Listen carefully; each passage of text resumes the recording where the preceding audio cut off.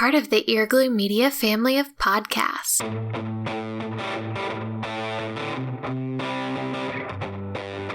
You're listening to the Cantina Cast, your home for thought-provoking Star Wars talk. Join Albert and Jonesy in breaking down the latest news, trailers, movies, and of course, your favorite characters from a galaxy far, far away.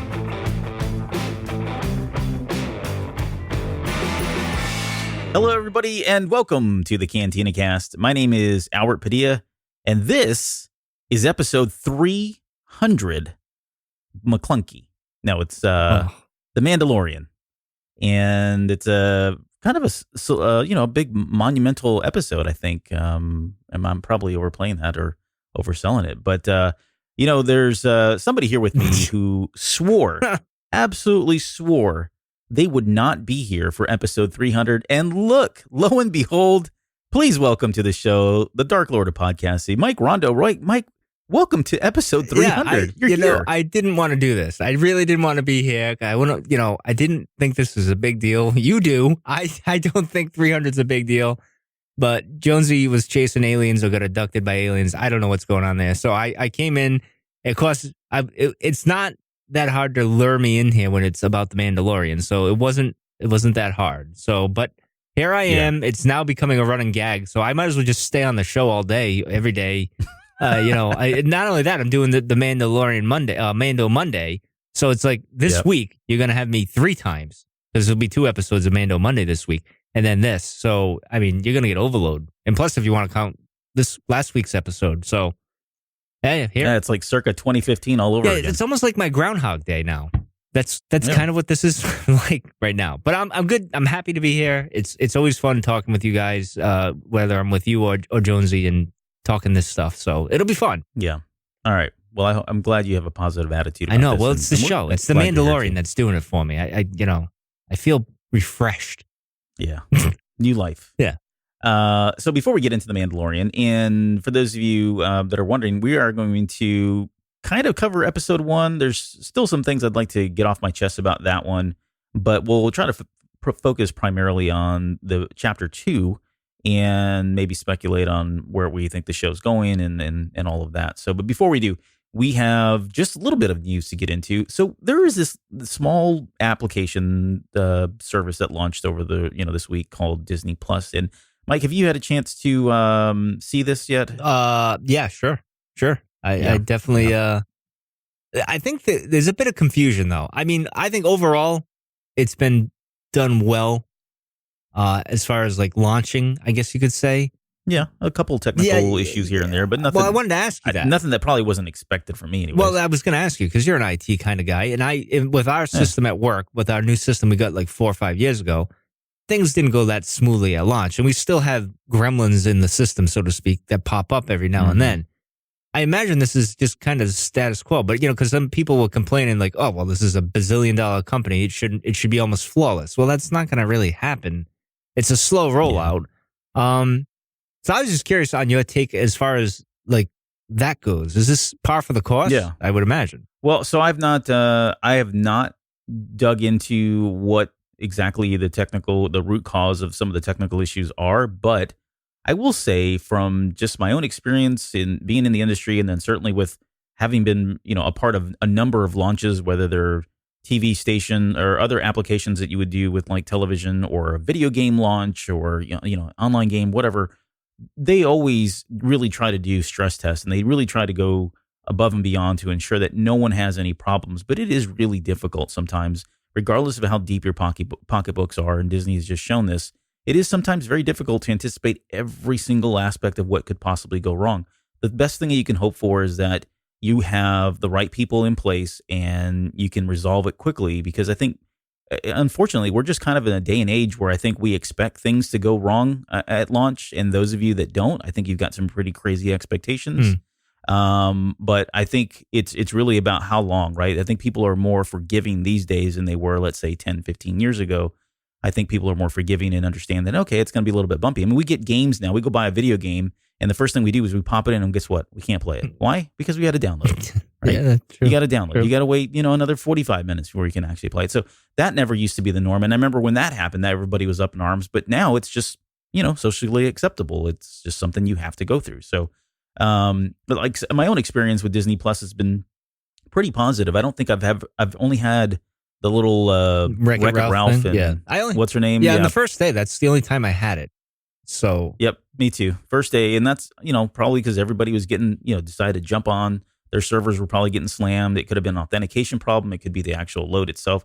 Who knows? Again, I haven't really dug into that, but yeah, since then it's been fine, and I really haven't had any issues. And I've seen all kinds of weird things, and but luckily I've just been very fortunate. So, but I think overall, go ahead. No, I was just say overall, I think my experience with Disney Plus so far has been pretty dang positive. Like we have all, this is all we've done. Yeah. We've not had any other channel on. We've not been watching anything else. It's just been Disney Plus, and we are still not, we've only scratched the surface in terms of what all we want to actually look at. There's things that we've marked as, oh my gosh, we got to come back and watch that. We got to go back and watch this and look at this. This thing's come out. Friday, we're recording this on Friday, November 15th, and there was some new content that was released today. There was like a new Forky animation from Toy Story 4. There's like a Forky, I don't know, answers questions or something like that, that they do like a little series on and stuff. So there's already new content coming out, which is pretty exciting. But what's your experience been, I guess, with you? Who's watching it? You, daughter, Morgan's all over this thing. Even my wife last night, she turned it on her, because we have the Roku TVs. So I have it in the living room. We have the Roku TV, and then in our bedroom we have that, and then we have one in Morgan's playroom. So it's everywhere. So the only issue I would say I had is maybe on the Roku TV. If someone else has got a Roku TV like me, maybe you've had a bit of a lag when you're going through the menu a little bit. I think, well, that's just the app. It's not necessarily Disney, I don't think. It's Disney. It's what I mean? It's just something that needs to get worked out. It's not as fancy as like Netflix. And my wife kind of said that to me last night. It's not as, when she's hovering over, like when she's looking in her for show to watch, she wants like the little thing up to pop up and kind of tell you what the description is a little bit. So I'm like, all right, I can see that. I'm like, this is the first week. So, they're going to work out the bugs. It's Disney. They'll get it right at some point.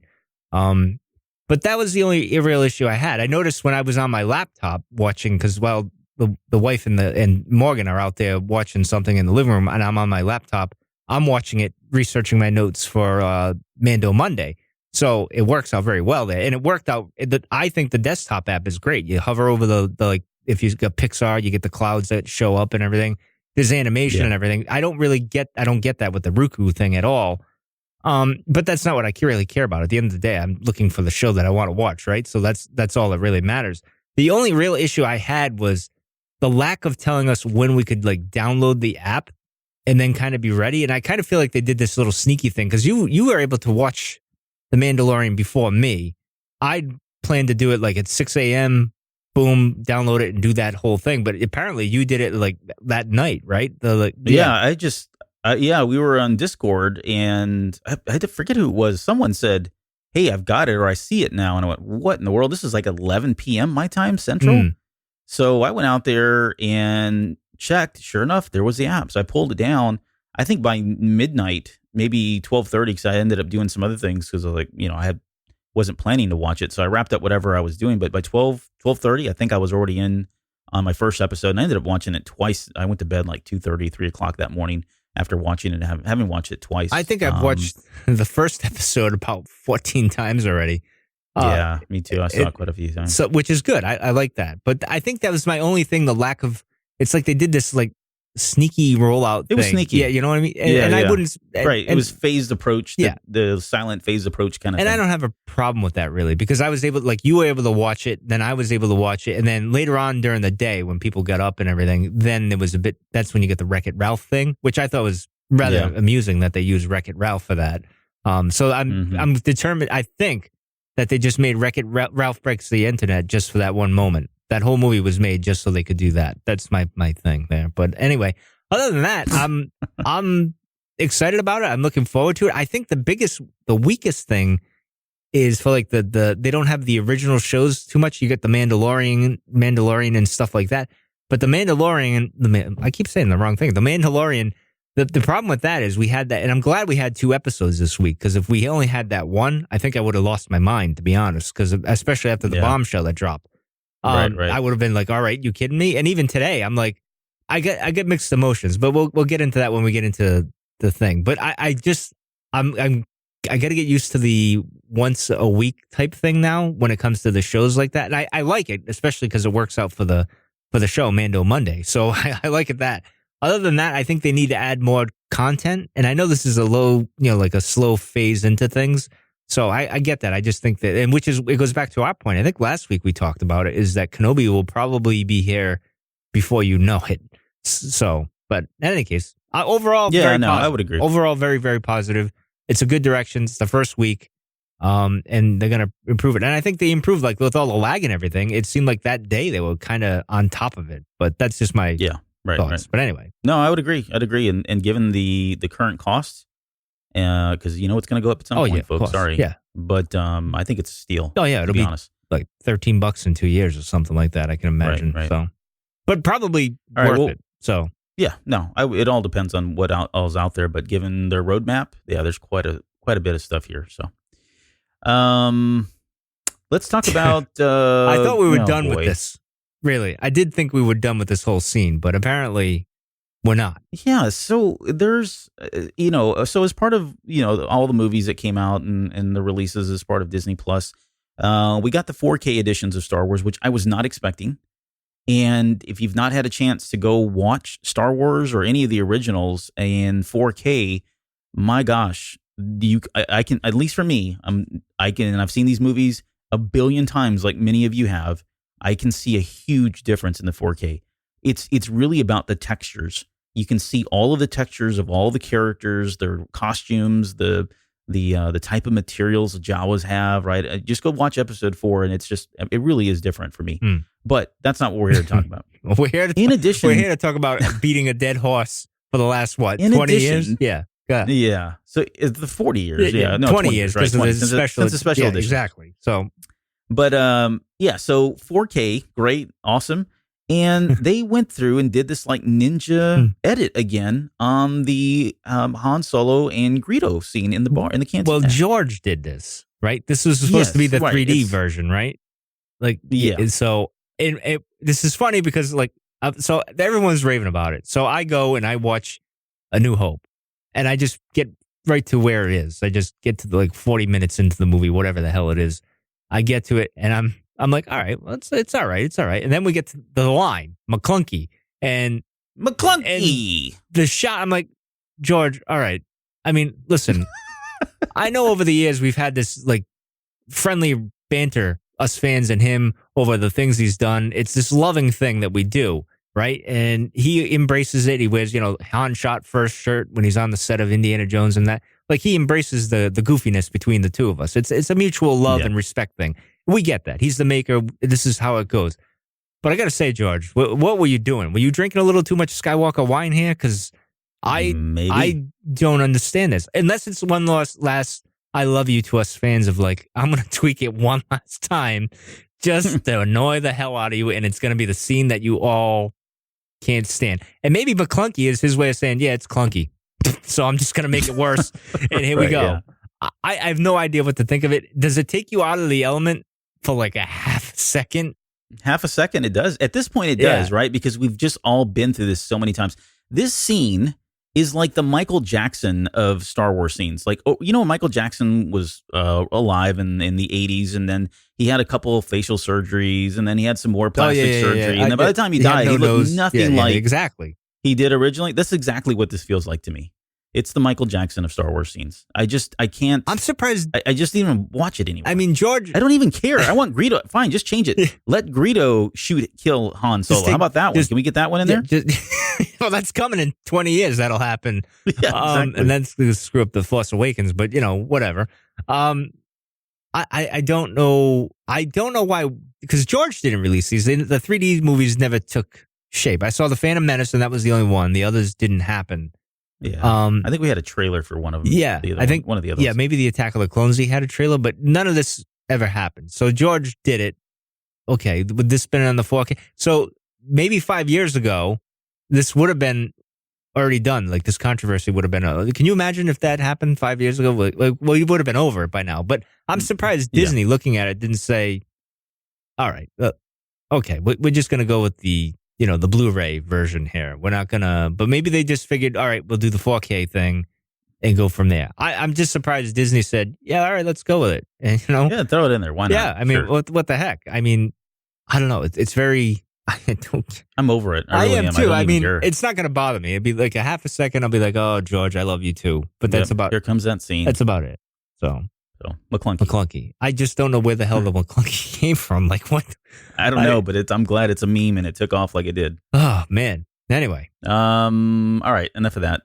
You've got on here Boba and no Boba. Yeah, just real quick, because I didn't get this on Mando Monday, but I noticed because I watched it 1,200 times. Now there's two things and the only reason it's not Boba Fett. No, I know that. Okay, I'm just all right. I just want to stress it's not Boba Fett, but I just want to point out I was looking in that hallway because the guy that's leaning up against the doorway when he walks in, and there's another one. I thought they were in Phase 1 clone armor, so I got excited. So I'm trying to look at that, but then I look and I see this other guy with the Boba Fett helmet that looks like his, but it's not his at all. I just wanted to bring it out there because, I mean, there's a lot of hidden things in the background. I get all excited.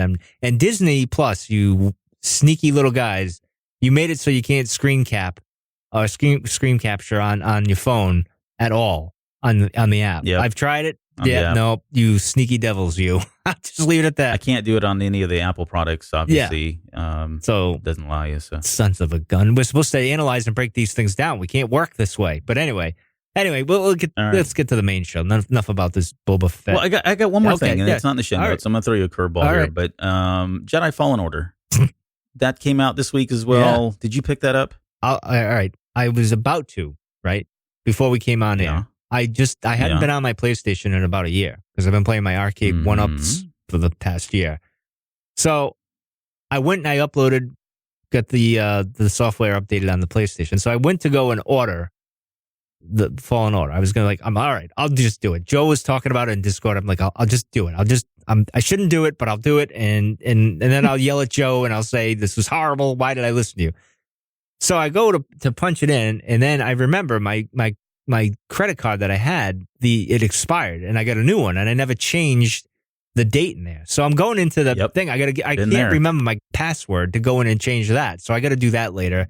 But at some point, yes, probably this weekend, maybe Sunday, I'll jump in and play and go from there. Because I was just going to download it tonight. Like you said, I download it, get it out of the way, and then you can jump in when you get a chance to play it. But it's an exciting week for Star Wars, really. I mean, 2 episodes of Mandalorian, we got McClunky this week, and now we got the Fallen Order. I feel like Fallen Order is kind of fallen off the map a little bit, but I think it'll go up over the weekend. I think it'll get more notice and stuff. But, yeah, I think so too. Especially given all the initial reviews and reactions, it all seems really positive. So yeah, I'm pretty excited. I think I'm more because I think the thing that sold me on it with Joe is he said it is open world, like you can explore things and stuff like that. And I'm like, all right, well, I would like to do that. So that kind of I'm like, all right, I'll take the bait, Joe, but it's all on you if it fails on me and I'm miserable. So. We need to get Joe on the line. We need to get Joe over on the show here when this game's done, and we'll maybe if he says yes, I'll ask him. If he says yes, then we'll do it. But he's kind of peculiar about what he wants to do and what he doesn't want to do, and we don't really get in the way of that because he's really big and muscular. That's true. But he is He-Man on Discord. Yes, he is a He-Man. But yeah, we need to get him on the show so that he can come and share his thoughts on that. I'd like to hear his opinions as well. So, all right. Well, I bought it and I went to go install it, and I'm getting an error message. Contacted Sony. They recommended that I send it back. Oh, so you got the physical copy? Physical. Yeah. Copy. See, that's why you don't do that. No, and it's got like this weird, like circular scratch. I mean, it's literally all the way around the perimeter of it, and it looks very, very deep. Like it. I don't know if it was a manufacturing thing or a defect in some way, but. I mean, I didn't do anything but take it out of the case and slam it in the PS4. You can't It's very odd. You can't take it back to the store. Or did you get it on? Yeah, no, I can take it back to the store. Just do that. They'll take it. Yeah, no, I'm gonna do it probably tomorrow. So I'm gonna be delayed. Oh, well, but that's all right. I am too. If it makes you feel better. Nope, not at all. Okay, good. Okay, let's. I know my misery makes you happy, so I'm happy. Yes. All right, well, let's get into the Mandalorians, chapter 1 and chapters 2. And what I thought we would do is, I know for those of you, I don't know if everyone's had a chance to listen to Mando Monday, but if you could just give me like your 1 to 2 minute summary, initial thoughts, overall thoughts on chapter 1 and how you felt after watching that. I liked it. I was intrigued. I thought it was a great style. I wasn't like wowed. Like I thought I would be like, but I didn't go in with high expectations. I'm like, all right, this is like completely animal. It's alien to me. So I'm going to go in fresh eyes and just go with it and see where it leads me. Yeah. And I was pleasantly surprised. It had issues, and I mentioned that on the show. There's issues that I have that I need answers to. And my big one is the fob thing. That's my biggest issue. But overall, I was very pleasantly surprised, and I wasn't even expecting that ending because I'm thinking in my head, like a few weeks ago, people saying, "Oh, there's a big game-changing thing," and I'm trying to think as the episodes unfold. I'm like, "All right, well, what is the bounty? What is the thing that's going to be this big thing?" And then all of a sudden, I'm like, "Oh, we got the bastard child of Yaddle and Yoda here." So that's interesting. Dave, I didn't think you'd go there, and John, but all right, okay, we're going for this ride. But yeah, I think I like it. I'm in love with the show. Does it have its issues? Yeah, it's not perfect. What is perfect, right? Like this show isn't that perfect. I mean, you got me on here, so it's not perfect. So it'll work out. I think they'll going forward. They kind of have a better idea, and the Clone Wars kind of evolved like that as well. So, but I'm excited. But I want to hear your thoughts. Really, I mean, I rambled on at Mando Monday and now here. So please tell me yours. Well, I mean, I really did enjoy it. I did.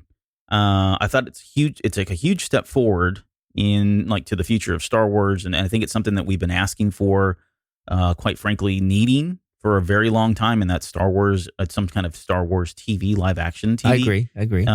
It wasn't perfect, but I think there was enough there that made, at least from chapter 1, it made enough there to kind of ensure that what we got was very meaningful. It felt very thoughtful, right? It feels like there's a whole lot of potential there. And I credit all that to Jon Favreau and his love for the franchise. I think that's really where we're getting all that from.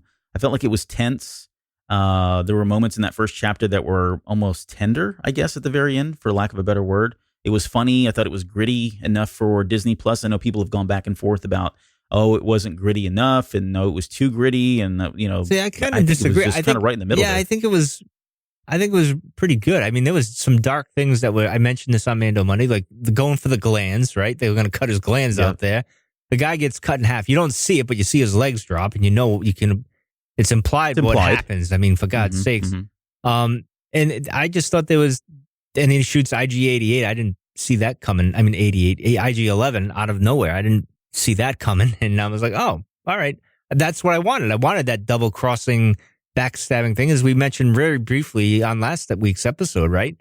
So I thought there was some dark undertones in all of that, and then freezing the guy and the way he went about that and stuff. So I don't get that whole it's not dark enough. Like, well, what do you want? You want a slasher? I mean, come on. So I think, and if I could say, after having seen chapter 2 now. And I had the same initial thought after chapter 1, but I think it was just reinforced after chapter 2. This does feel like Star Wars to me, and it feels like there was extra care given to ensure that it felt like something that was plucked right out of somewhere between 1977 and 1983, with regards to the look, the feel, the tone. I mean, it screams of A New Hope at times, Empire Strikes Back at times. Even there's flavors of Return of the Jedi in there. So, I mean, it's all like just founded on the original trilogy. And I think that's what's really appealed to a lot of people, because at the end of the day, we can all argue about whether or not the prequels are good or whether they're bad or whether the sequels are good or whether those are bad. But I think you tend to have most people agree that the original trilogy is just good. It's a good series. There's not a whole lot of disagreement or dissent in terms of where that trilogy lands. And I think things like Rogue One and now this series or have been just kind of built foundationally on those types of those 3 original trilogy movies. And I think that's why this seems to be getting so much positive attention and reaction as it has. So I think that's all good stuff. Oh, absolutely, yeah. As far as the direction goes, I think there was a stark difference between the first episode, chapter 1 and chapter 2, with Dave Filoni directing chapter 1. I really, don't get me wrong, I thought he did a great job. I really did. But I think you're going to see him, if we know Dave Filoni, if there's one thing about him, he's going to get better, and he's going to continue to get better and better and better, right? Yeah. So hang in there. I think if you felt like that was a little shaky, it's okay. I would say this is, you hear about directors that make the transition from TV to movie, or movie to TV, or TV to animation, or movies to animation, right? And some can do it, right? Some people are able to make that transition flawlessly without any hiccups. And in others, sometimes it's a little different because it is a different medium. It's a different way of doing things. You can't put a camera right up in front of somebody's face every single time you want to do as you can with CGI when you're doing live action. So you do get limits, and I think it's just every director's different, and I think they've got to find their way. They've got to figure out how to get the same shots out of their head onto the screen when they're doing with live actors as opposed to doing CGI. And I think you see Dave Filoni kind of feeling his way through that. Well, that said, I think the direction in the second one was much better. I really, really enjoyed everything about it, from the direction, the cinematography, the lighting. Some of the shots were they were just kind of hitting for me on all cylinders. I would say with Dave, a lot of that episode felt like a Clone Wars episode, like shot-wise. Like that's what kind of jumped out at me. Like the way like going through the streets, the way the angle was and everything. It felt very like it was taken from something that he's familiar with the Clone Wars and how he frames up the shot in that, which isn't a bad thing. And I think it worked for that one episode. But like you, I think his next one, he's going to do something different and take it to a different direction. And I think he will. Dave's a student and he's always learning. So I it's his first run. He did better than I could. So I get it. I get it. This episode 6, I think, is his next one. Yeah, or is it 5? Or no, it might be 6. It could be. Yeah, I don't know. But it's somewhere on we'll there. find it soon enough. We'll know. But yeah, for me, I think it was the character himself. I was more interested in the character. It wasn't so much with the direct, like the camera angles and everything. I thought they were all done very well. Some was a little different, but I just like the fob thing, and then his hatred for droids, and then all of a sudden he's teaming up with a droid and he's okay with it. But then he shoots the droid. So, and then today things made a little more sense with him. And I know that ending made everyone think, oh, he's got a heart, that type of thing. No, he wants to collect a higher bounty. That's my take on it. Keep it alive. He wants him alive because his armor's falling apart on him rapidly. He wants the good stuff. So he wants him alive. It's not so much that he had a heart. He needed IG-88 to get him to that point. 11. I keep saying it. You just yell at me. I did so well on Mando Monday. I said it right. And then here, boom, I can't do it right. So he shoots him because he just needed him. So he used the droid to get to where he needed to go. And now he needs him to get to where he needs the little baby Yoda to be alive and, get the higher bounty. And that's where we're going. Yep. So that's how I took it. Because the character at the end of that, you're like, oh, well, because, they mentioned the foundling thing, and you see he finds this one, and you think, oh, there's that little thread there, and that's the old Mando thing in the lore, right? They used to adopt and stuff, and you're like, oh, they're going to play on that. And I don't see it that way right now, thanks to the chapter 2 now. Like, I don't see it that way. I see him as like, yeah, no, it's a job. I want the higher Beskar there. I want the Beskar, and I need it because my armor's falling apart as we speak. The only other complaint I have is maybe there's one too many monsters these days in Star Wars. I don't know. They seem to be popping up everywhere. But anyway. No, you're talking about the mud beast? Yeah, the space rhino, and then the before that we had the what do you call it? The boar. What is it? Blew up. I can't remember the thing that he was riding on there. The what is it called? Blurg. Thank you. Yes, that thing. It's like all right, enough animals. And then you get Kylo with the Zulu beast. It's like, okay, enough with the monsters. I don't know. More aliens. Yeah. I'm more for that. But in any case. Plenty of aliens in this one. Let's talk real quickly about the music and sound effects, because I think there's some there's been some varying opinions here. I don't get see, I even said this. I said it in Discord. I said it on Mando Monday. I'm like, I thought the music fit perfectly. I understood what they were doing with the Wild West samurai type thing of movies. I'm like, I don't have a problem with that. I know for Malice and Discord's like, I can't have flutes with the Mandalorian. I'm like, no. It's supposed to be the wind chime thing, like in, the good, the bad, and the ugly type of stuff. I get what they're trying to do. It didn't bother me. But I guess, because it is different, right? This whole thing is a new thing for Star Wars. It's a new territory. Things have changed now. And I think they needed to do something. They needed. Yeah, they did. Go ahead. I was to say it's distinctly different. Too. Exactly. I mean, I think that's one thing that makes it appealing to people like you and I, and probably the same reason why it turns off some folks. We don't hear the themes that we're used to hearing. We don't hear the John Williams themes interwoven in here, right? At no point do you hear Vader's theme or Yoda's theme. And you won't. Even when they showed that little baby Yoda, you don't see it, right? You don't hear that, Correct. I guess. It's not, and we probably won't. And that's not a bad thing. Yeah, because this is not a space opera. This is a Western samurai movie. So Exactly. That's why it fits. And the one thing I do love that they do is they put the episode music on iTunes right away. It's like there, and you can go and listen to the episode music, which I wish they did that for the Clone Wars. And the one thing I'll say this, all right, with the music, all right, if it doesn't sound right to you, and I can see people having that, like, well, this doesn't feel right to me. Go back to the first season of Clone Wars and listen to the music they played in the Clone Wars, and then listen to the later episodes. You're like, oh, all right, they kind of adjusted. So again, with all these little hiccups, they're going to adjust going forward. Like even the CGI, it was another thing that I thought was wonky at times. And I was like, but and then you're like, okay, this is TV. It's not episode 9 or whatever it is. It's not a feature film. Yeah, exactly. It's close, but it's not polished as much as that. But anyway, continue, sir. Yeah.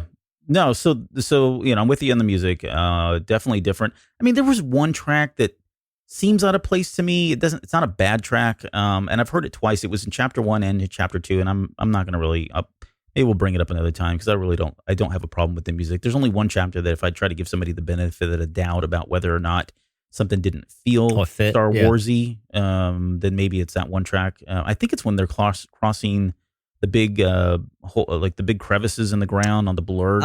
Yeah, I can see that. I mean, but that's, again, it's just different. There was one today. Like I was listening to the soundtrack for chapter 2 today, and it's near the end. I think the second track to the end or something, and it's this weird sound of music. But when I was listening to the episode, I'm like, nothing sounded out of place to me then. But when I'm listening on the car in that, I'm like, okay, well, maybe because I'm not dressed as a Mandalorian and riding a blurg and doing that, maybe that's what the problem is. Although save that for Saturday weekend. Yeah, although when I put my sunglasses now and I listen to that and the Mandalorians, I'm like, I'm feeling like the Mandalorian here. Yeah, this is awesome. Yeah, I let it go to my head sometimes, but yeah, overall, I think it's fine. What about the sound effects? Because that was, we got the Falcon starting up and not starting up noise on his ship. Did that pull you out of it for any reason? No, not really. The one thing my daughter caught, and I even caught, is when he comes off the ramp on, I'm going to say it's Ryloth is where he is. That's just my guess. And the shocks that bring the ramp down retracted, it was sounded like the klaxon from the Death Star. If you listen to it, you're like, oh, because Morgan, my daughter, was like, hey, that sounds like that. And but the sound effects, I didn't have a problem with any of them. I thought I don't know. The Falcon one, it just feels like that one's been reserved for the Falcon. Yeah.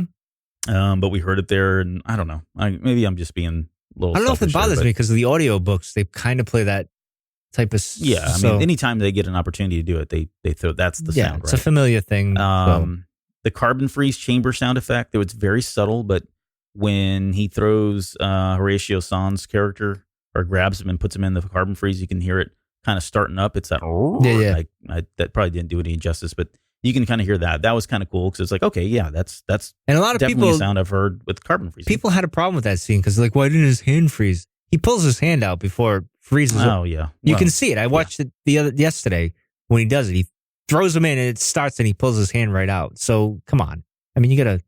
Yeah, I don't stop it. I mean, they're getting. I know we nitpick about everything these days, and I even said that on Mando Money. The things I was nitpicking was like, all right, you're going for a stretch here. But anyway. The only other one I had on here was I did love Din, we'll call him that, Mandalorian's blaster sound effects. Especially when he fires that one shot in the cantina from his holster. Yeah. It just sounds like Django's, and it's kind of cool that it's all kept in the family there. Yeah. A CGI, you touched on it. Overall, I think it's on par with what I was hoping and expecting. The Razor Crest looks great. It's serviceable, right? So, and I think their puppetry is pretty good for what they do. With the Razor Crest, because we saw that little thing behind the scenes, right? In Chicago, so that's practical for the most part. The little puppet Yoda, I think he's a puppet in some spots. He is. So, I don't know, outside of the close-ups where they're trying to get, let's say in chapter 1, there was probably more CGI at the very when they're showing him in there. Yeah, but this one seemed like there really wasn't a whole lot of CGI, which I loved. Like even when his little hand was outstretched and he was trying to touch his hurt arm, and then when he was walking around playing with the frog and then ate the frog, all that. I mean, that all was just puppetry, and I thought it was great. I thought they did an amazing job with it. It felt like Star Wars again. Oh, absolutely, yeah. Okay, so as far as the characters go, let me just do this quickly, and then we can get into some of the more nitty-gritty stuff on Chapter 2. But I thought Pedro Pascal, I mean, forget about it. He's like my favorite Mandalorian now. I think he's amazing. He reminds me... Go ahead. He reminds me a lot of the man with no name from The Good, the Bad, and the Ugly, which is played by Clint Eastwood, in terms of the way he walks and carries himself. And I think that was obviously by design, given Favreau had told Pascal to watch some Sergio Leone movies. And, if you've never seen that movie, go watch it. At the same time, I think he does a great job of also kind of integrating some of the characters, like Mifune's character from Yojimbo, into that as well. So again, more of the samurai flicks that Akira Kurosawa did. This series, I mean, trust me, if you've never seen him, if you were to go back and watch some of these movies that I've just mentioned, it's going to look and feel very much like The Mandalorian, which is really awesome. So anyways, all that to say that I think Pedro Pascal has really done an amazing job of portraying and kind of coming up with a way to kind of carry both of those types of movies and those types of characters in playing The Mandalorian, which is awesome. Carl Weathers, he's always going to be Combat Carl to me now from Toy Story 4, but I think he's going to be great. We didn't really get to see a whole lot of him in Chapter 1, but I think he's going to be awesome. And then Kuiil, played by Nick Nolte as the Ugnaught, which, by the way, he seems like a very tall Ugnaught compared to the other ones. But maybe he's just like a giant in Ugnaught type. Actually, I think species. His performance, his character came out more in Chapter 2, I thought. Mm-hmm. Like it was better. Yes. Like I think it just came out better. And I like and I even said it on the show, the Mando, is I like that their mutual respect and friendship that they're developing between each other. I really do like that for some reason. It's just like this odd couple that kind of gets it. They're kind of both rough and gruff, but they know they kind of need one another or at times. Yeah, at the end of Chapter 2, the Mandalorian offers him a position. He's like, hey, I could use somebody, right? I'm willing to pay pretty handsomely. And, he's like, no, I've lived a life of servitude, I think is the line he says there at the very end. And, thanks. And so there's a lot of respect there by the end of Chapter 2. I think my question is, do you think we're going to see him again? I mean, given that this is only going to be how many are we looking at? 12, 8? Forget now. There's 8. And 8 episodes? I think we will. And we're 2 in. Are we going to see him back? Yeah, because I think the Mandalorian is going to go back to him for something in regards of, who knows, like fixing something or something like that. That's just my speculation. That's my guess. I know we're going to see him again because if I remember right, he was at that studio shot or that shot where they were all on that front porch of that village or whatever, like in front of that, like that hut that they were at. I'm trying to remember if he was. Oh, I didn't see. I don't remember. Yeah, that was the. It was like an Entertainment Weekly, something like that. I'm trying to remember. And then in the trailer, when we go back a few weeks ago, the trailer, he's putting his arm on his shoulder and patting him, but that might have just been cut because I thought that was because his armor looked dirty and grubby, like he'd just fought the rhino, the space rhino.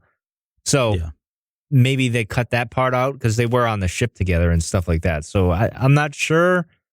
I don't know because if you go to IMDb there and you look up some of the characters, like what's his face? IG-11. He's Takeda there. He's only there once on one episode. He's listed as one episode. I'm like, wait a minute, that doesn't seem right because it looks like they were. Yeah, we've seen We've seen other shots with him in there. So I mean, yeah, because then you got Gina's character talking to him, says, because he's looking for. I assume IG-88 is going to go on. I mean, 11. Excuse me. Smack me in the mouth next time, Albert, when I say that. All right. I assume he's going on. Yeah, thank you. I assume he's going to, be on the hunt for the Mandalorians pretty soon when he gets put back together and everything. Because I imagine his brain is just downloaded into another one, and that's, off he goes. Yeah, I'm glad you said that, because I that's something that always stuck with me from Legends about IG-88, him being able to upload his brain to different things and then download it into new bodies and all that. Well, that's and canon. That would be really cool if they... That's canon with the comics there, with that whole, what's that one there? Where, you know what I'm talking about. The one, we talked about it on the show. We reviewed it earlier. Yeah, I thought it was a horrible thing, but, I mean, it should work here. Yeah, no, and that would be great, because then you could that opens up a lot of possibilities. I mean, he could be the Kenny from South Park that in would every be episode funny. where he just dies. That would be funny. And every episode he comes back in a new body. And does he come back as IG-12 though? I don't know. I mean, that would be funny if his number changed. He went up incrementally. That would be funny. I hope they do that. But anyway, continue, sir. No, but speaking of which, that character. So Star Wars, I think, has always had a really strong line of like amazing droid characters, and I don't think that's at jeopardy here. I think, given what we saw from Taika, it's Taika, by the way. Yeah, sorry, you know me. Tiki, you know me. Yeah, no. So Taika with TT. I said it right as IG-11. Yes, I said it right on this show, I believe, but I just said it wrong on here. I'm saying IG-88 when it's IG-11. Come on now, this is par for the course when I'm on here. But go ahead. Yeah, no, I get it. But the minute he started talking, I got shades of HK-47. I know that's going to rub you the wrong way, but it does remind me of HK-47 the way he speaks, and very similar to like a K2SO. It's almost like a combination of HK-47 and K2SO. So I'm pretty excited I think we're going to get. I think they did an excellent job with that, and I love the way he moved. Oh, I did too. I wanted to see more of him. I mean, for one minute, I felt bad he got killed. Then I'm like, well, okay. I mean, it was good for the Mandalorian's character. Now that you see Chapter 2 and what we just discussed previously a few minutes ago, but I did like IG-11, man. I really wanted to see him come back. Yeah, and we didn't get. So we've had IG droids both in Clone Wars and Rebels, and even the original. And they didn't move that way. Even the original Clone Wars, we had the Lancer droids, is what they were called, I believe. But what I'm saying is I don't remember them moving in this manner, and like even the ones like from the Clone Wars, they were more fluid, and they could like jump up and down. They were crouching, and it never really felt like this. Seemed like the droid that seemed more like I envisioned IG-88 as a kid would move around with, and it looked very robotic. It didn't look very fluid. It looked robotic in terms of the way it moved, and then the way its pelvis was able to like rotate and was without the coolest, its upper body moving. That was the coolest thing. I love that. Just the little details like that were awesome. So I really enjoyed that character as well. Yeah, and then like the moment when we're gonna shoot our way at the self-destruct, and he's like, "Oh, I'm gonna shoot my way out," and then the Mandalorian, when they looks, he's like, okay. And he gets behind the thing like, all right, okay, we're in trouble. But I thought their dynamic was good. Again, there's another good dynamic when he's paired with someone. Like, I know he's supposed to be the lone gunman there, but when he's paired with like IG-11 and then with what was it, Quill, whatever his name is there? Quill. That's, all right, I'll get that. Kuiil. Yeah. Quill. So, when he's with someone, they work very well. Even with Griff there, I thought it was a good dynamic between the two as well. Like that's the dialogue when he's with someone is very, very good. I'll say that when he's partnering or when he's whatever he's doing with somebody, it's usually a pretty good interaction. Yeah, that's a good point. I mean, I could take a whole show, like a cop show, with IG-11 and the Mandalorian, right? I mean, well, you might get it. That would be great. Yeah, who knows? We might or get IG-12 or IG-12. Okay, so let's talk about Chapter 2 while we got some time left here. Well, can we talk about Baby Yoda species, or is this tying in with your whole thing? I know we can tie it in. I was going to talk about it at the very end, but let's talk about it now. It's fine because we're kind of there anyway. Yeah. So how do you feel about what's your question? How do you feel about this? I mean, because one of the things I've said to you, I've said to Jonesy, and I might even said it recently when I was on one of these 7 shows that I've been on the past month, is I don't want to know everything. Like with Kenobi, I think I mentioned it with Kenobi. I don't want to know everything about Kenobi and Yoda is the species. You kind of just leave it be a mystery. I like that whole thing. Now I don't mind others of his kind popping up, right? I like that because it adds to the mystique and the mystery of it. So I'm just curious if you think they're going to, I don't want to say sell out, like that sounds horrible, but I feel like they're going to just like give it to us, like Sheev Palpatine. Like we didn't need to know Sheev's name. Like we just call him Palpatine or Sidious, and that's cool. But I don't know. How did you feel about that?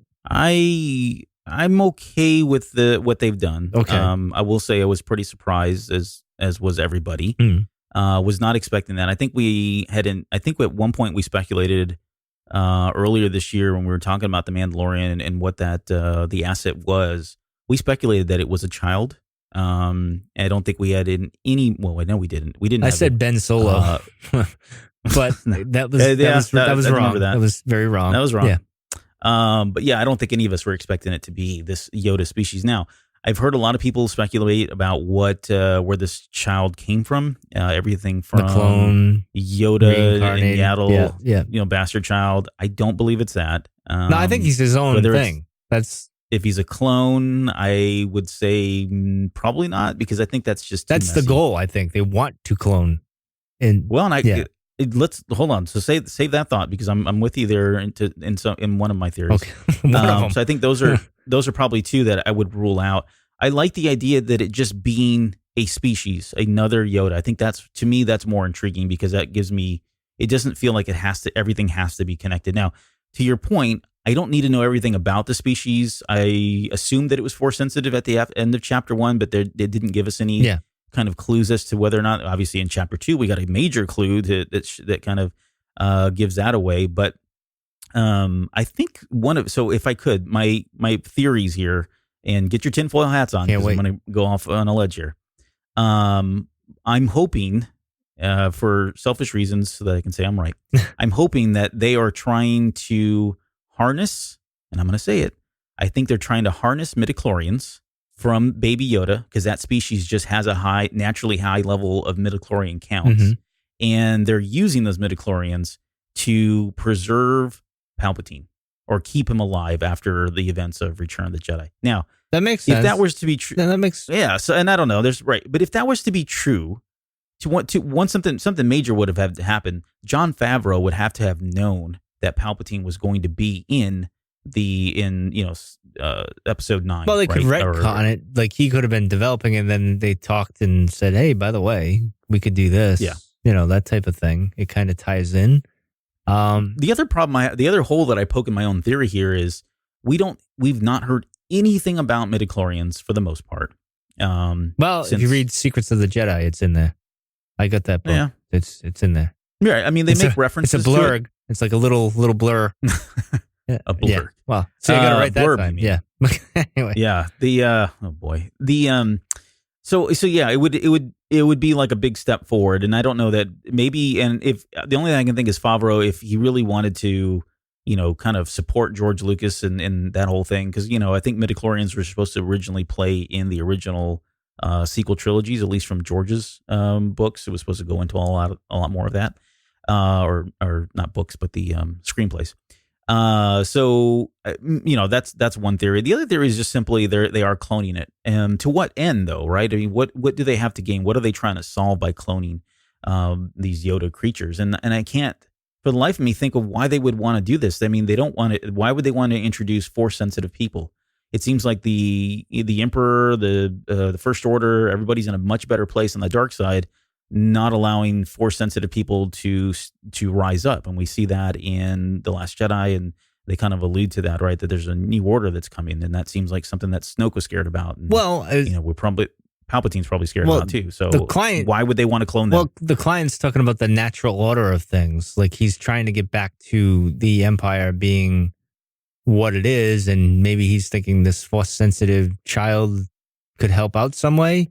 I think the scientist guy obviously is a cloner of some sort, because he had the little patch on, and everyone's Dr. Pershing, right? I think that's his name. Yeah. And they're going to try to study this creature, and then, kind of poke and prod, and then clone him. Because who knows what they want to, I don't know. Something weird is going on like that, I think. I don't think Baby Yoda is any relation to Yoda. I mean, it'd be cool if it was, maybe. but I don't think that's the case. Or Yaddle. I think he's his own thing, and whatever happened, maybe he hatches like a Cabbage Patch Kid. I don't know. But it's interesting that he was born the same time Anakin was born. So it's a very interesting thing. Yeah, right around the same time, I guess. So it's within a year or so. So it's very interesting how that's going to play out. And that's typical of like Dave probably getting in John's ear and saying, oh, by the way, we could do this. Yeah. And then, if we make it 50 years, and then really screw people's heads exactly. over. You want to see the fans lose their minds. Here we go. And that's, Right. and I got to be honest, I liked it, but again, I don't want to know too much about Yoda's species or something like that. You know what I mean? No, I'm with you there. I don't want to know. I don't need to know, and I don't. And I think Dave would respect that. I don't think he would, tell John to, let's just blow the lid off. I don't think he would do that. So how do you feel about? So here's one thing that as I was watching this, I thought of you. Aww. This is like the cuteness level is through the freaking charts, right? Through the roof here. Yep. In terms of cuteness in Star Wars. And I know you don't like cute Star Wars. Cuteness in Star Wars, but can you just admit that there is cuteness in Star Wars and there probably always will be cuteness in Star Wars? Because, I mean, this is it'll like always flies in the face. Yeah, it'll always aggravate me. But, But you got to admit, this thing is super cute. I will say... It's super one of my cute. favorite scenes, though, was with the frog, when he ate the frog. Because it makes me think of Kermit the Frog and him, and then George saying, "Well, this could have turned out to be Kermit the Frog talking to Luke or whatever," and it didn't turn out that way. So it made me think of that. Like I thought of Jar Jar eating his little that thing. too. You could go. There's several ways you could look at it that way. I mean, it's just. But I thought that was cool. I like the puppetry. Like I was amazed at like when he was getting out of the little floaty crib and coming over to him and then getting and picking him up and doing that whole thing. And I thought it was done very well. My daughter absolutely wants one as a pet now. So. Got that to look forward to. We've been joking about this, but they are going to sell billions of dollars absolutely. In these Yoda, Baby Yoda toys. Basement cut right there. It was a deep basement cut. But yeah, that thing is going to sell like hotcakes once they release it. I'm surprised they don't have them coming out like next Black Friday. I know, with right? Christmas coming out, that just throw it out on Christmas. I'd get one for Morgan and even me just to have in the podcast studio here. But so anyway, back to... Let's crack open chapter 2 Yes, some let's more. crack into that. Okay, so chapter 2, two things before we get into the actual chapter, because I just want to touch on them. Okay. I do like the helmet intro with Star Wars. Mm-hmm. Oh, yeah, You like that? Oh, yeah. That I had... Where it shows all the different helmets. Morgan gets excited when she sees that. I don't mind it. I thought it was great. that was pretty good. I liked it. And then they offer a recap, and at first I was like, that seems kind of weird. I had this tonight when I was going over it again. I'm like, wait a minute. Why are we doing a recap? We just saw this Tuesday, and I'm saying, wait a minute, it's going to be once a week, so maybe it fits in okay, right? So, like next Friday, once a week is fine. It's only like 55 seconds. It took like 2 minutes out of the episode, right? So, and that actually, speaking of it, the one issue, as I said in my review with Mando Money, I wish Mando Monday is I'm tongue-tied tonight, is the fact that it was so short. These episodes are rather short for what I thought we were getting. But then I equate it to, all right, well, it's like podcasting. You go as long as you can go or you need to go, and then you end it. So it could be an hour. It could be, and on that note, we'll see you guys next week. Exactly. They probably already tuned out by now because I'm on. So you can either go 40 minutes or you go like an hour. Some people go 2 hours, which I think is crazy. Or whenever you're done and you're just like, all right, that's it. And that's kind of maybe where they're going with the story, because you got to ask yourself on chapter 2, how far are they going to go with that story, right? Mm-hmm. You can't go more than what it was. Now, the problem I do have is we have 8 episodes, and this felt like, as much as I enjoyed it and I thought it was great, a lot of things that I do like, I felt like it was a filler episode. And we didn't go anywhere from where we were before. Like we were already, all right, we got the kid, blah, blah, blah. Can we get off the planet and kind of move the story? Because we only got 8 episodes. It's not like we got 22 where we can kind of tell a little side story here. But I don't know. That was my one thing. I don't know. What do you think? Yeah, I get what you're saying, because at the end of the day, you gotta really look at it from the perspective of, okay, so what was the point of the episode? What were they trying to teach us? What were they? Well, I think it's hoping that we would see. Yeah, and is it really all about that just confirming that this little thing has force sensitivity? I think there's a few things. I think it established, yes, that. It establishes his character in the sense because of the previous one, at the end, we thought, oh, he's got a heart. He's going to go on the run with the kid. He's going to protect the kid because of the foundling thing. But no, it's about money at the end of the day, which is very Boba Fett-like, and I want to see that. Maybe later on he changes his mind or whatever, but it's also... I think he's going to change his mind. I don't think they're going to keep playing it. Maybe, we'll see. We'll see. Because he's a complicated man. One minute he hates the droids, next he likes them, and then he's going to fry a Jawa, By the way, I got to get that rifle. That's all I know. I need that rifle, like rocket. I need that. I need that. Give it to me. But anyway, it is awesome. Yeah, that was pretty cool. The disintegrations. That was a nice callback to Empire Strikes Back. But yeah. So anyway, continue, sir. Now, well, let's talk about the opening. Excuse me, to Chapter 2.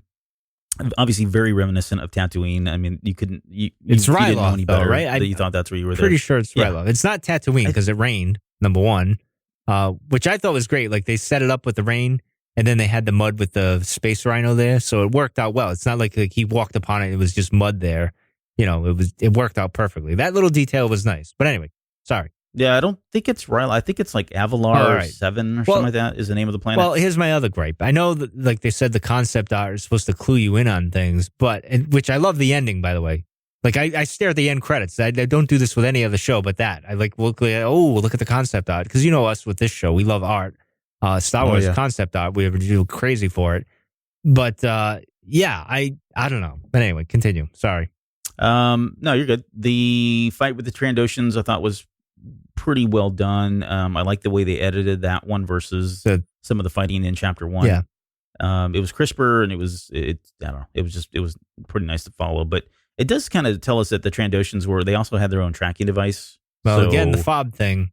The fob thing. So they had one. I don't get. He has one. IG-88. IG-11 has one. Thank you, sir. You corrected me. Go ahead. So yeah, it seems like there's a lot of people out there. And it's interesting too, and we didn't talk about this, but IG-11's orders were strictly to kill it, and he had the option of killing it or keeping him alive. So yeah, because I bet that's all intriguing. If I had to guess, no, that would make sense with the resistance, not the resistance, but the new, the new Republic want it killed. I don't think so. Ooh, that's some pretty dark. You know what I mean? Like they've done. Yeah. You know what I mean? Like they would want to kill it, and the Empire would want to take it to rise up again. Whereas the New Republic would be like, all right, let's just kill it and get it over with now. And, it's like the baby Hitler thing, like let's go, or baby Thanos type of thing. So that's interesting. I'm curious which one ordered to kill it and the other one, because I was confused at first. I'm like, well, aren't they in the same guild? But I don't think they are. Or they could be, or they just, the person that ordered the bounty says, no, I want it killed and whatever. So I don't know. I thought there was a great moment there. There was a very ET moment when the little baby Yoda was reaching up trying to touch his cut. Yeah. I was fully expecting to go ouch, ouch, but he didn't. I'm surprised he didn't let him do it. I thought he was going to be like, because I thought he would be curious and just kind of let him do it, but he didn't. Yeah. Obviously, didn't do that. I just all of his weapons and gadgetry I think are great. I like the way he's got that little telescope on his rifle that he pulls off and uses it, as a single telescope. I think it's very practical, and I mean, just little details like that just make that character even more likable, for at least in my opinion. As far as the sand, here's the thing I got a question of. So, and correct me if I'm wrong, because I may be getting my stories conflated here, but it was always my understanding that Jawas did not build sand crawlers, that they took those over on Tatooine because there was a mining company, some galactic mining company that had left a number of those behind, and they commandeered them after they left, and they made them their own personal transports. That's the old. Is that the old EU thing that I'm getting? Yeah, that's the old stuff. I don't know what it is now. Okay, well, I think now it's very different because here they're on a completely different planet. They have a sand crawler, and if you look at the cockpit, the Mandalorian was all hunched over. So it was almost like those things were designed for smaller people where the original ones were not. In fact, if you go back to, and I'm sorry, but if you go back to like Knights of the Old Republic and some of the games like that, when you get into the sand crawlers, they're like full size. You can stand up in them. They're not made for little people. So anyways, I don't know. It just threw me off when I saw that, but it was refreshing, I think, to see a sand crawler and have it be in an action sequence. and almost play out like Indiana Jones and the callback, The Last Crusade. Yeah. I mean, that was cool. It was almost like a throwback to that whole bit where they're on the tank. Yep. And Indy's kind of, avoiding it, and they try to scrape him off at one point, and he rolls over onto the treads, and it felt very much like that. I did like him trying to climb up too and getting crap thrown down at him. Everything. Literally, almost at one point, the kitchen sink was being thrown. And there's something very satisfying about him disintegrating Jawas. I don't know what it was, but I think I could watch him sniping those things and disintegrating them. Oh, yeah, I could. I mean, that was awesome. I was like, oh, cool. Finally. And then he pitched that one off the top and down into the mud. Yeah, that was great. Like he was. See, again, it's kind of dark here. He's disintegrating people. Yeah, you don't see blood, but he's disintegrating them. It's very War of the Worlds Spielberg there when he did that. Right. But throwing the Jawa off, and then he ends up falling down. Like, I thought that was really cool how they did that. Oh, I know. It's what's cool is, and I think you may have mentioned this, or a number of people have as well, but it's nice to see this character have a lot of flaws. Yeah, I did. And they're very evident. Yeah. Like, that was so boneheaded of him. Yeah. Like, the entire time he's climbing up, I'm like, okay, eventually one of those guys is going to get their little ion cannon, and they're going to blast him, and he's going to fall off. And it didn't happen. And then when it did happen, I laughed out loud because I was like, oh, yeah, here it comes. And then none of it was just one, but it was like all of them were waiting just at the top to shoot him off that thing there. Yeah. And I got to say, I did get shades of Luke Skywalker jumping onto Jabba's sail barge. Yeah, a little. When he's hanging on and trying to throw off people and get all that. It's that kind of played, was kind of called out to that as well. You could also think of like Boba Fett crashing into sail barge and then falling into said pit. So yeah, it's exactly true. There's that. There were some great images too, just quickly with when he's walking back to Kuil. It reminded me of R2D2 and C3PO on Tatooine, and where they're just kind of roaming around. They're just, it's got they're like these really long shots of him on the horizon. Yeah, it's a lot of the same imagery that we've seen from the productions or the promotional stills and artwork as well. So that was all cool. You talked about Baby Yoda eating the frog, and then burping at the end. Yeah. That was all very Star Wars. Whether you like it or not, that's kind of what it is. No, it was good stuff. I like that. The lead that I felt like is getting buried is how the heck this character Din Djarin's his name, by the way. Pedro came out 2 days ago and on an interview with something Slam. I don't even know the name. Screen Slam, I think, is the name of the YouTube channel or whatever, and just said, very nonchalantly dropped that the character's name was Din Djarin, which I thought was going to be a big secret. I thought we would find something out later down the road.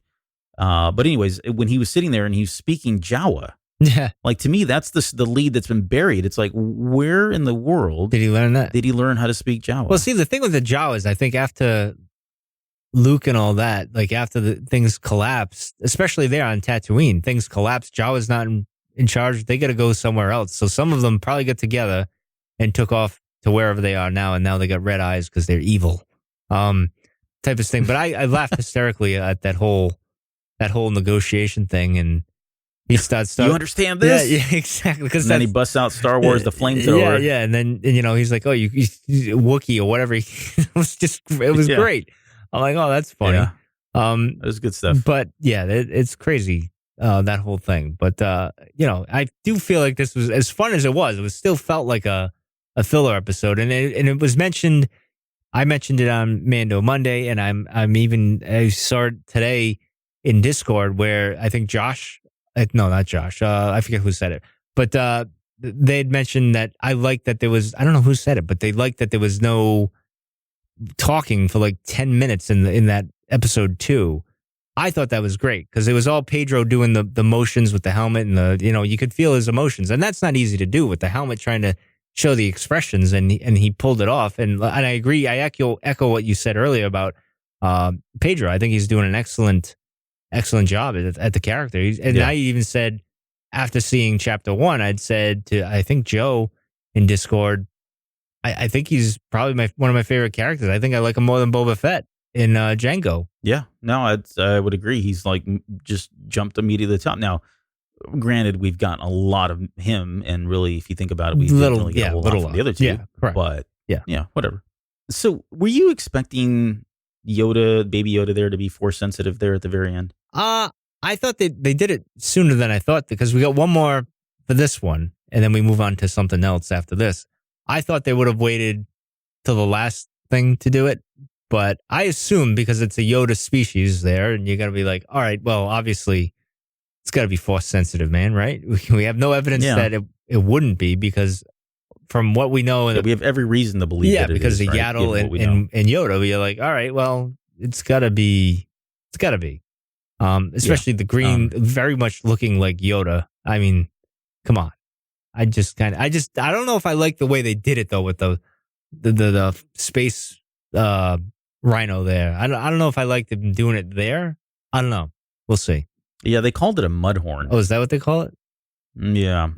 And not only that, if you put the subtitles on, they give you a lot of these names sometimes. Well, you know what they should have done. They should have like I maybe they'll do this Monday. I don't know. I was hoping they would do like, you know how we got with the Clone Wars, Rebels, and the episode breakdown, kind of like the little inside things things. Like, you know, maybe that would help. I don't know. I would like to see that. Maybe because we've been spoiled. Yeah, the most they've done is if you go to the Star Wars databank. Yeah.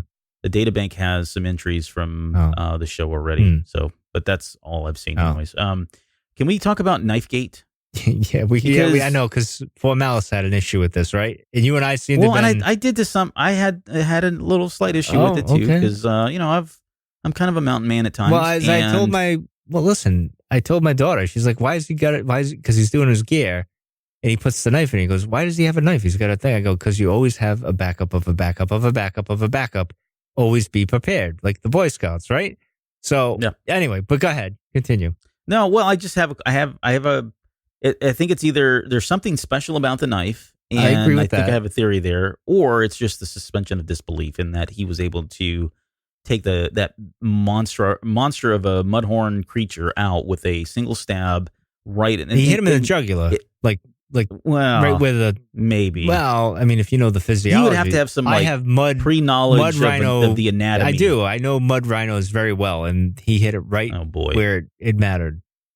Well, okay. So if that's the case, then I'll stand down. But yeah, given the size of that knife and the blade, I just had a hard time believing that's it. Now, there's one moment when he's holding the knife up, and for just a half or split second before baby Yoda interferes, the knife is the blade itself looks like it's vibrating, but I can't tell if it's because it's a vibro knife or if it's because he just had the crap beat out of him. He can't even hold that knife up anymore. So, but by the way, that whole scene, I thought that was pretty intense, especially with him just like refusing to step down and holding that knife up, knowing that he's about to, die. Well, that's what Mandos do. So, they fight to the end. So he just it's great. It's all very much in character. So I mean, I didn't have a problem with it because I'd mentioned the guy that cut his arm off with a pocket knife. So. Oh, right. I mean, that's a good movie. It's possible. I'm just saying, it's possible. I mean, you could take a pocket knife and get me right to the side of the jugular here, and I'll bleed out. I might be screaming and yelling more. I wouldn't just drop like he did, the space rhino. But in any case, sure. Yeah, no, you don't believe me. Baby Yoda being exhausted at the end of that. I thought that was kind of... No, that's Empire Strikes Back Yoda when he does the... It's all of them. Yeah. There were some people I saw some comments, some people were like, oh, that's lame. I'm like, no, if you've watched any of the Star Wars movies, that's exactly what happens. And I thought of Kanan in Rebels Season 1 when Ezra falls off the ship and he stops him, catches him with the Force and brings him all the way back up to the ship. He drops him. He's completely exhausted. So for whatever reason, telekinesis is just, it's no, mere feat. Well, especially their size. They're smaller than whatever they're... Yeah, he's completely out. Yeah. He's like, he's down for the count. Exactly. I'd like that we had a montage. We've had 2 montages now, so I don't know if that's Jon Favreau doing this on purpose. But he's watched Rocky, I guess, a little bit too much. Yeah, exactly. Give me more montages. If you need to get Survivor back together and put something together, let's do it. Let's not do that. See, I had a problem with the whole ship thing, though. Like putting that back together. Oh, putting it back together? I'm like, really? See, and really? Am I too old and grumpy at this point? And I just can't. No, I get it. I'm with you. There's no. Here's how I rationalized it. If there was a reason that they needed time to pass, so that when we get to chapter 3, they've now built 4 or 5 days in there. That was a reason why. Because it seemed out of place that he was like, oh man, without a facility, this is going to take forever. And he's like, well, this would go faster if you start working, whatever. Those lines. That seemed like it was just kind of forced to me to hit the point home that, okay, we're gonna pass some time here so that when you get to chapter 3, things will make more sense as to why they developed the way they did. That's what I'm saying. That's what I'm theorizing. Maybe, and I'll give you credit because the recent history that we had where, you see Baby Yoda and I'm thinking one thing, he's going to have a heart and he's going to take care of the kid. And then the next, you're like, oh no, it's all about the money. So maybe you're right at this. I just found it odd.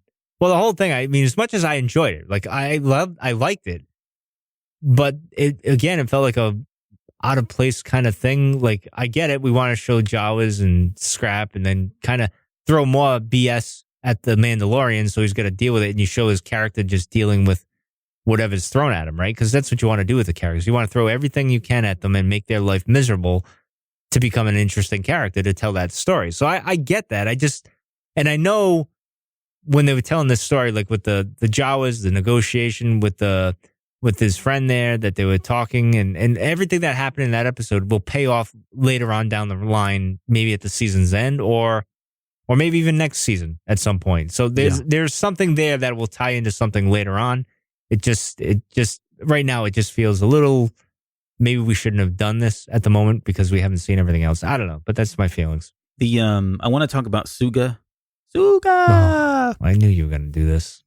Well, I had to. Yeah, of course. Suga. The egg. Yeah. Because the woolly egg? The woolly egg, which was disgusting, by the way. Like Jawas are real. C-3PO's right. They're just disgusting creatures. Wow.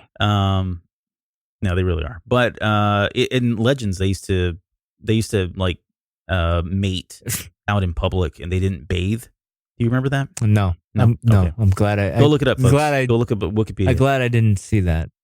These are the things that stuck with me from Legends. Well, now you scoured all of us, so thank you. The egg, because I put this in Discord today. When they started talking about the egg, the first thing I thought of hold on, let me back up. When I saw Baby Yoda at the end of chapter 1, I thought of the quote from Master and Apprentice. It says, "The danger." This is one of those prophecies that Obi-Wan was reading in chapter, I think, 15 or 16. Mm-hmm. It says, "The danger of the past is not past, but sleeps in an egg. When the egg cracks, it will threaten the galaxy entire." And so when I saw him in that little white cocoon thing, I thought, well, that looks like an egg. And I went, oh my gosh. Because when we talked about the Master and Apprentice episode, Jonesy and I were sitting there trying to figure out what in the world the egg could possibly be. And we had said that maybe it would be something later on. We haven't seen it yet. And so I got really excited. I don't know if there's anything here. I doubt there's any smoke. Well, maybe if you subscribe to the theory that you were mentioning where, the Empire wants Yoda or wants this little creature because they want to restore the galaxy there, then I guess you could make an argument that would threaten the galaxy again, right? If the egg cracked and this is what was born out of it. But then when they said egg, and they literally said egg over and over and over again in this episode, I thought, okay, wow, this is the actual egg. And then it was a hairy egg with yolk. Yeah. So that was kind of the egg cracked.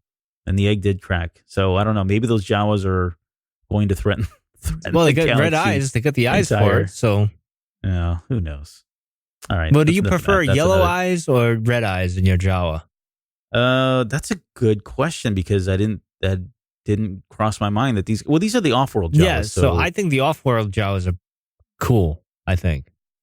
Yeah, I think the yellow ones are they seem more docile. Yeah, you go with the class. These guys seem like they've been, the red-eyed guys that's why their eyes are red. They're mad.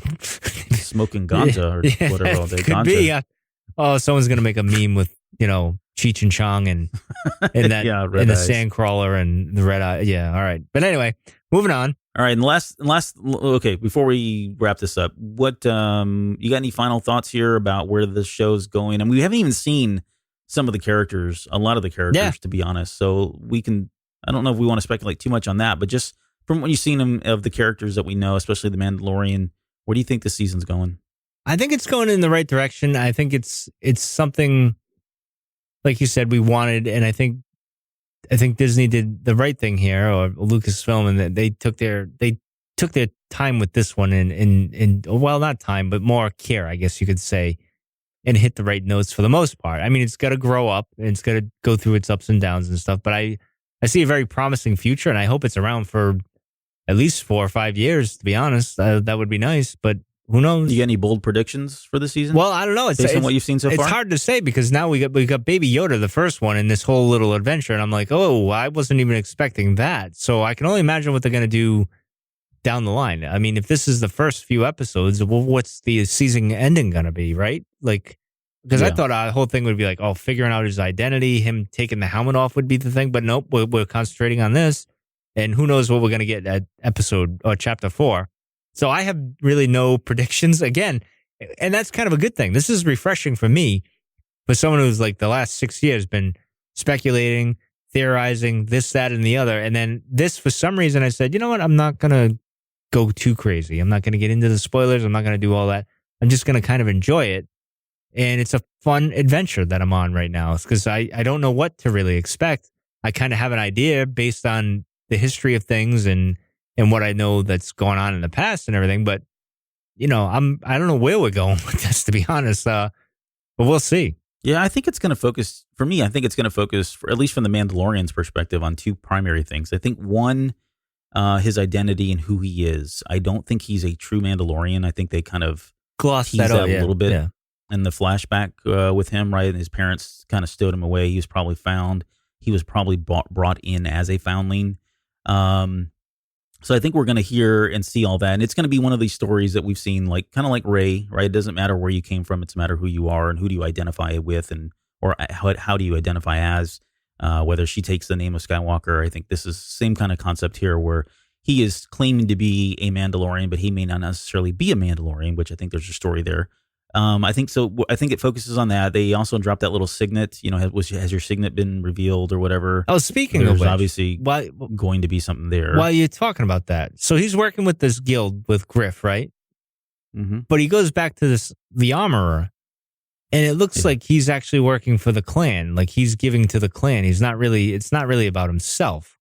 Or did I misinterpret that whole thing? Because when she mentions, no, I think he's doing both. Yeah, that's what I mean. Like, I mean, it's him first, but if there's any left over, then he gives back to the clan. Because the way I interpret that scene also is like, what happened to the Mandalorians that they are now? Because when we last saw the Mandalorians in Civil War, Rebels, they were not in this position, right? They were working to get rid of the Empire. So how did they go from that and almost feel like they were about to rise up? How did they go from that to suddenly living underground? And almost, and I won't say in poverty, but they did not look like they were flourishing by any means. True. So something happened. And when I heard, and this is something else too, the Purge, right? That to me, I think it's easy to say, well, that's probably the Purge that they've always talked about. I don't know that that's the case. I think this may be a new event that we're not aware of where the Empire finally, yeah, exactly. I think the Empire purged them yet again, or did so later on. This is after the Siege of Mandalore. So you're talking like after like Rebels era, like right around there, they did something else. Yeah, I think they put the smackdown on them. Probably. And I'm wondering too, here's something else, and this is a deep cut for you. Okay. So we're talking a lot of Rebels today, but Rebels, there was I wonder if they were able to use Sabine's weapon. Do you remember the weapon that she created? That was able to attack Mandalorians and Beskar by frying them underneath their armor. Yeah, this is later on. I think it's season 4. Yeah, is that the one that's on the Walker thing? Yeah, I think they mounted it or something like that. Yeah, and she named it after Satine, I think, or something like that. Yes. Yeah, all right. Yeah. Well, yeah, you might be right about that. It was technology she was working on when she was part of the Empire, and then they had, and that's why she got left. Out. Like that was one of the exactly. Yeah. Huh. Yeah, so I want. Anyways, I think it'd be really cool if because it's Dave. Yeah. It would be cool if they could weave all that in together, and that would help explain why they are in the predicament that they're in. But anyways, to get to your question though, yes, it does feel like he is looking out for himself, but at the same time, he feels like he owes it to the Mandalorians as a group to help them rebuild. And he said he was thankful that it was going to go back to the Foundlings, and the Foundlings are, to me, seems like just their own little initiative to continue to grow their numbers back to where they were because they've been decimated for some reason. So there's that. The other, so that was the first thing. We're way off track. So that was the first track. I think is his background. The second one, I don't think they cannot do more with the Baby Yoda. I mean, they've already thrown it out there. It would be a shame if they just walked away with it. And I don't think they are, but I think it will play out as a MacGuffin. I don't think we're going to, and that plays into our hopes that we don't really get a lot of information. I think he's going to be there. I think it's going to be central. We obviously know that there are a number of people that want this thing either dead or alive and alive. And I think that'll be a MacGuffin that we see throughout this, throughout the rest of this season, at least. And maybe that's where it culminates at the very end. Either those two lines come together or we get a big reveal. Maybe, I don't know, Boba Fett. I don't think Boba Fett's going to be in this at this point. I was hoping he would, but from what I've seen the first two chapters, I just didn't feel like. Well, I don't know. I wasn't expecting Yoda, and boom, hey, how you doing? Yeah. Oh, well. So I think he'll appear, or his name. I'm definitely sure his name's going to be mentioned. Whether I can't imagine they like Boba Fett and Jango Fett much. The Mandalorians, I can't imagine them liking them much because they weren't Mandalorians, from what I know, from what's been said. So they kind of dressed up in the Mandalorian stuff as pretenders there, and then they did the clone army there. So I can't imagine they would really like Jango and Boba. But I would imagine like him going to talk to the armorer and him saying it like her slamming him or something like that. I don't know. We'll find out. At some point, I know he'll be mentioned at some point. Yeah, it'd be great. I'd like to see. Dave's a fanboy. He'll do it. I know he will. Yeah, no, I would not be surprised if Jon Favreau's writing that they make mention of Pre Vizsla. Oh yeah, that'd be like a shameful plug for himself since he played that. Well, I think you're gonna get, maybe not this season, maybe at the end of the season you'll get mentions of Satine, and Darth Maul and all that and everything that happened with the Siege of Mandalore. I bet you'll get, and even Obi-Wan, you might even get a reference to that. So what if they ended this season with him getting a hold of the Darksaber? That would be interesting. Whoever holds that, I mean, that's supposed to go to the person that leads the Mandalore. So what if that's the target? What if he has to go and get that asset? I don't know. What if that's an asset and he goes and he gets it and then he's like, oh, wait a minute, this is my people. I can't give this up. I don't know. It'd be interesting. I don't know. Yep. I'm excited. Yeah. Nonetheless, to kind of put a bow on this thing, I'm pretty excited about the show, especially after chapter 2. It sucks now that we have to wait a whole week. Yeah, I know. But that's the fun. But that is the beauty of it, though, right? We talked about this. I do like this approach more than the Netflix approach of releasing all at once. It gives us something to talk about. I know next week there are people that are have interest in the show that have picked up Disney Plus and they're watching it now. And they're not really big Star Wars fans, but even today I was getting text messages from people that I haven't heard from in forever, asking me if I've had a chance to see it because now they're watching it and it's intrigued their interest and stuff. So that's the thing I like. I like that we get an episode and we can sit there and dissect it and talk about it and really watch it over and over and over again before the next one comes out. So it gives us something to obsess about, which I really like to do at times. Yeah, you can chew on it a bit more, which I think is, for Star Wars, that's probably a good thing. Yeah, absolutely. All right. Any other final thoughts? Anything else we need to touch on? No, I think we're good with that. I look forward to seeing what you guys come up with, you and Jonesy, going forward, and me doing my Mando Monday things, and see how our opinions change and vary, and the points of views and things you guys think of that I didn't think of. It'll be a fun time. I'm looking forward to it. Yeah. So speaking of which, if we could plug that real quick, your Mando Monday show comes out on Mondays, and what are you doing there? Well, basically, it's going to be 15, although I went 20 minutes, I think over 20 minutes the first episode, but 15, 20 minutes max. Probably, I'm trying to get it on the 10 side.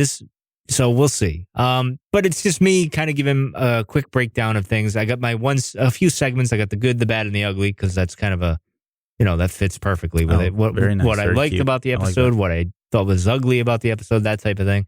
Then I get the character analysis. I pick mostly the Mandalorian. I pick his, so far it's been him, and another character, and I see how they've changed since we last saw them or whatever.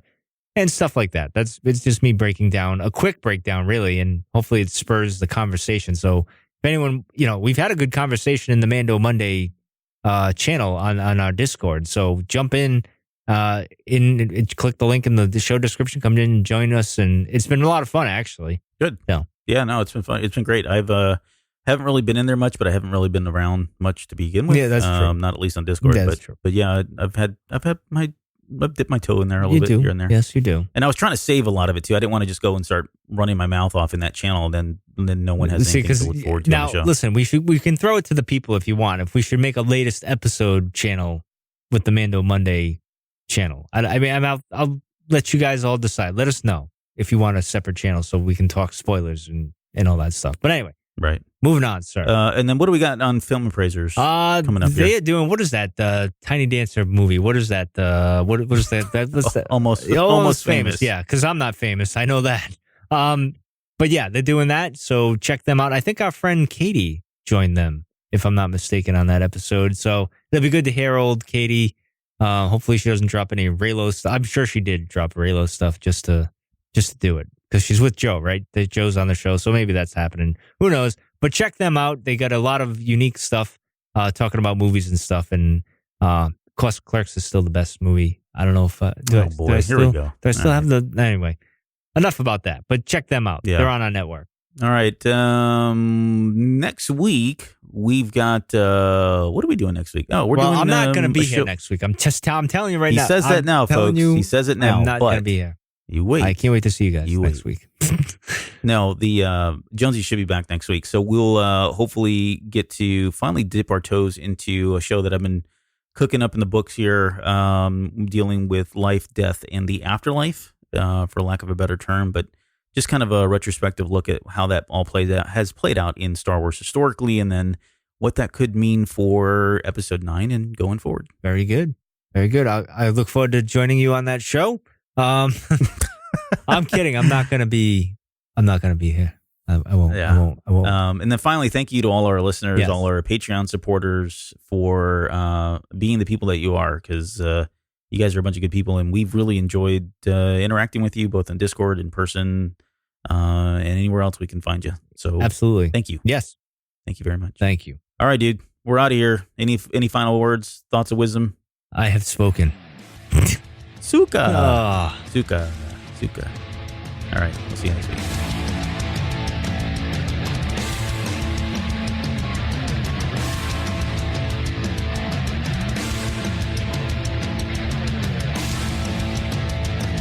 You're still listening? Wow, that's amazing. Well, I'm here to give you the disclaimer. Normally we do a big, long, drawn-out disclaimer thing saying what's what and who's what and all that other stuff, but I think you guys kind of know that Lucasfilm and Disney have no affiliation with us at all, and we have none with them. We talk about Star Wars, which is their property, and all that other good, fun stuff, but I think you can tell which is our stuff and which is their stuff. If you can't, well, then send a lawyer to send an email to me, and I'll be glad to chat with them. Other than that, you know what's what, so that's your disclaimer.